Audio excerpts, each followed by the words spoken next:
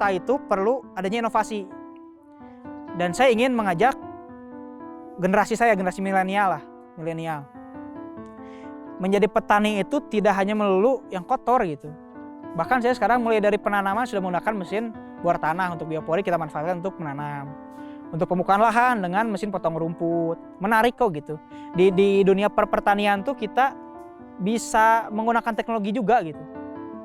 Bahkan mungkin ke depannya kalau sudah memungkinkan kita bisa menggunakan irigasi untuk kopi menggunakan drip atau apa gitu. Itu bisa menggunakan Android kok gitu untuk mengontrol irigasi segala macam. Kemudian itu dari teknik budidayanya. Untuk market, saya dari kopi saya bisa keluar negeri gitu. Kita bisa berbicara dengan orang-orang tidak hanya di Indonesia, orang Asia di luar, orang Eropa, orang Amerika. Kita bisa berdiskusi langsung dengan mereka gitu. Dan wawasan kita bisa lebih luas lah. Banyak juga. Jadi ketika saya pergi ke luar negeri, tidak hanya menjelaskan bagaimana kopi saya, tapi banyak juga belajar dari mereka.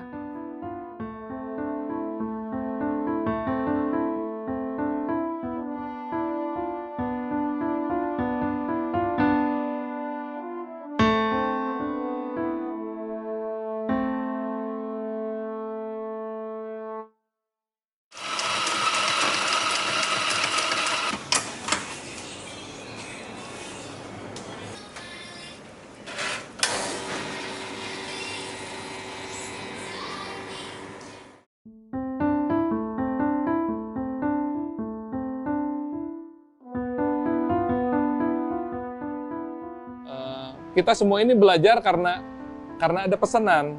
Jadi kita nggak oh ya kita bikin riset lah. Nah pemerintah tuh nggak ada khusus untuk meriset bahwa yuk teman-teman yang misalnya bergerak di kopi ini kita bikin ya satu kebun, kita riset, pemerintah membiayai itu semua untuk menjadi sebuah produk yang maksudnya kita bersaing dengan luar. Karena kita ngerjain sendiri, ya akhirnya kita ngerjain microlot kecil. Dan itu ya akhirnya dengan kita ngerjain sendiri, akhirnya ya apa yang kita dapetin itu semuanya ya buat kita sebenarnya. Padahal ilmunya itu kan banyak, bisa dibagikan ke setiap orang yang mau minat kerja kopi. Nah sebenarnya kita sih ngusulin ke pemerintah, kita minta Q processing, Q grader, roaster. Nah, pemerintah tuh mengembangkan itu dengan orang-orang yang tepat yang mau membagikan. Ada orang-orang yang mau membagikan, ada orang-orang yang nggak mau membagikan. Nah, kita mau membagikan gimana sih roasting, gimana sih Q processing, Q grader, gimana sih kopi untuk di roasting seperti itu. Kayaknya lebih baik untuk kita kembangkan ke sana. Cuma karena nggak ada timnya ya akhirnya kita observasi sendiri gitu.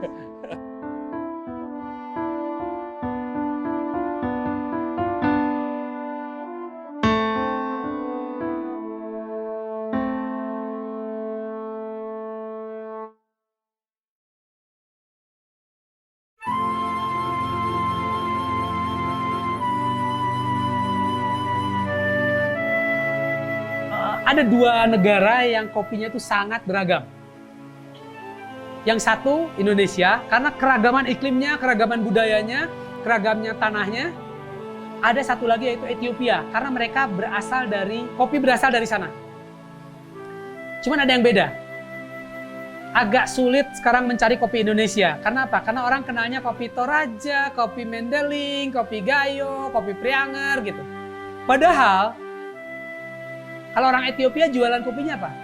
Ethiopia Zirgasep, Ethiopia Koshere, atau Panama Esmeralda. Kalau kita enggak, langsung aja jebrut. Oh ini kopi Toraja, ini kopi Bali, ini kopi Jawa, ini kopi...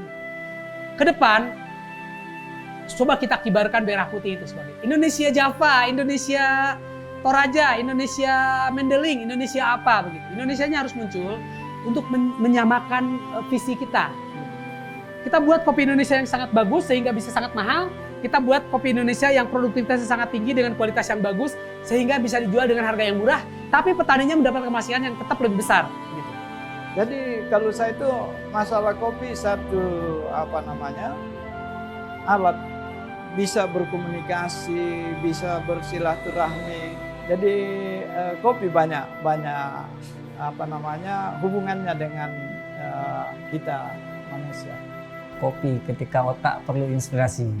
Karena saya seorang anak muda, jadi kalau emang saya harus ada setiap hari itu inspirasi bagaimana untuk menciptakan. Dengan adanya kopi, jadi sesuai dengan kepanjangan kopi, jadi saya minum kopi, inspirasi saya tumbuh. Ibaratkan begini, kalau ustadz, kiai, mungkin menyampaikan sesuatunya, ya, ada hadis Nabi, ada ayat-ayat suci Al-Quran. Kalau saya petani kopi, ya jalur kopi aja. Makanya disebut kopi adalah kehidupan. Gitu. Pahit itu 1 gelas, tapi 1 kontainer manis. Nah itu kan, itulah kehidupan. Potensi pengembangan kopi Indonesia itu sangat besar. Kalau kita tidak lindungi lewat perangkat hukumnya maupun perangkat teknologinya, kan sayang juga ya orang lain yang masuk ke sini nanti dari dunia luar masuk ke sini bawa traceability-nya dia, sistem traceability-nya dia, repot kita. Ya kalau saya memperjuangkan itu sekarang traceability IG Kopi Indonesia. Dan kopi bagi saya adalah alat kontrol sosial. Saya nggak ngopi berbulan-bulan, tapi kalau ketemu dengan 1000 orang dalam sebulan, saya akan minum 1000 gelas kopi. Kopi itu ada alat untuk mendekatkan saya dengan orang. Kopi itu ada alat untuk membuat saya bisa berpikir untuk masa depan. Kopi itu adalah darah daging bagi saya. Itu kopi.